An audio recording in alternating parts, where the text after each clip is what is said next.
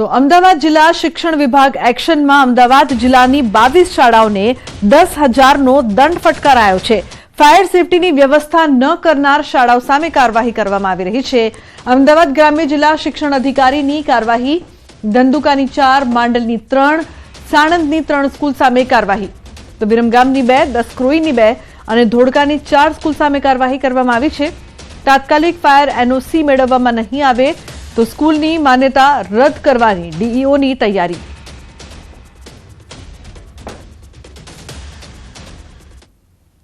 ₹500 ચોરસ મીટર કરતાં જ્યારે વધારે બાંધકામ હોય ત્યારે શાળાએ ફાયર એનઓસી માટે બિનઅચૂક અરજી કરવાની રહે છે।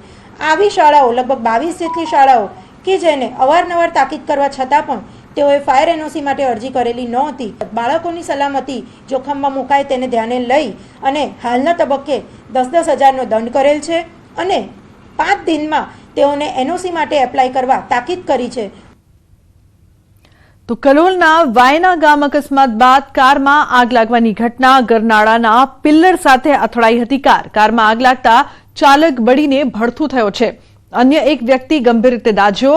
પિલ્લર સાથે અથડાઈને કાર ખાડામાં ખાબકી, તો પોલીસે અકસ્માતે ગુનો નોંધીને વધુ તપાસ શરૂ કરી છે। કલોલના વાયના ગામમાં અકસ્માત બાદ કારમાં આગ લાગી હતી। મહત્વનું છે કે ગરનાળામાં પિલ્લર સાથે અથડાઈ હતી કાર, તો કારમાં આગ લાગતા ચાલક બળીને ભડથું થયો।